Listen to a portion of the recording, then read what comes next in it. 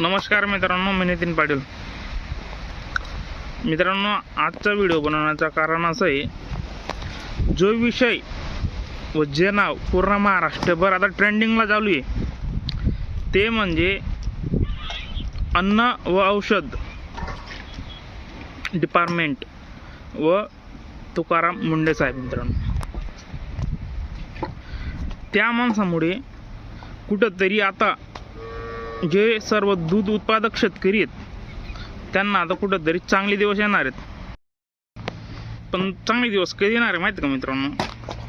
जर ती व्यक्ती म्हणजे तुकाराम मुंडे साहेब आता ज्या पदावरती अन्न व औषध आयुक्त डिपार्टमेंटचे जे आयुक्त आहे त्या पदावरती आता ते कार्यरत आहे महाराष्ट्राच्या राज्याच्या, तर जे दिवस शेतकऱ्यांसाठी किंवा दूध उत्पादक शेतकऱ्यांसाठी चांगले येणार आहेत. आत्तापर्यंतच्या इतिहास मित्रांनो, त्या माणसाच्या 22 वर्षाच्या सर्व्हिसमध्ये 26 बदल्या झालेल्या आहेत.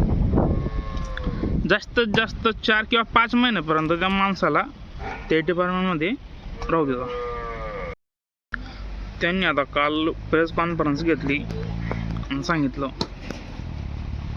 दुधाचा भाव किती वाढले ते काही सांगू शकत नाही म्हणे, पण दुधाची मागणी वाढणारच आहे आणि भाव नक्की वाढेल. कारण की आपल्याला माहिती आहे मित्रांनो, जी गोष्टची कमतरता होते किंवा टंचाई भासते तिथं आपल्याला भाव नक्कीच मिळत असतो. 50 ने 40 रुपयेपर्यंत दूध होतं मित्रांनो. गायचं 30 ने 40 रुपये, म्हशीचे 70 रुपयेपर्यंत आहे. आमच्या गावात 50 रुपये, 50 किंवा 60 रुपये. नंदुरबारकडे आहे 70 रुपयेपर्यंत, 80 रुपयेपर्यंत. पण डेपचं पोतं 2500ला.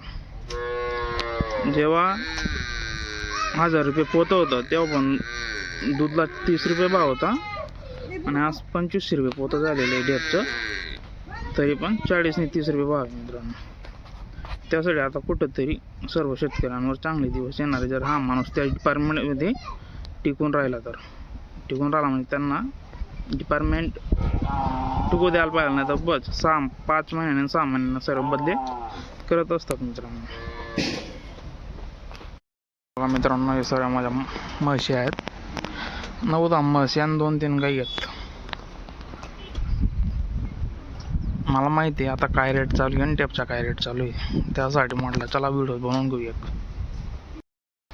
आता तर हॉटेलिंगमध्ये तर पनीर भेटायचं सुद्धा बंद झालं भाऊ. पनीर भेटत नाही, दूधची एवढी कमतरता आहे तर पनीर भेटायला मुश्किल झालेलं आहे. आणि मित्रांनो, जरा मला सपोर्ट करा, यूट्यूबला पण सबस्क्रायबर वाढवा. तुम्ही तर व्हिडिओ पाहून तर कमेंट पण करत नाही ना हो. कमेंट करत जा जरा. व्हिडिओ बघून तुम्हाला कसा वाटलं व्हिडिओ हे तर कमेंट करत जा. चांगला असेल तर चांगलं सांगा, जर काय चुकलं असेल तर चुकी सांगा तिथं कमेंटमध्ये, पण कमेंट करत जा नक्की.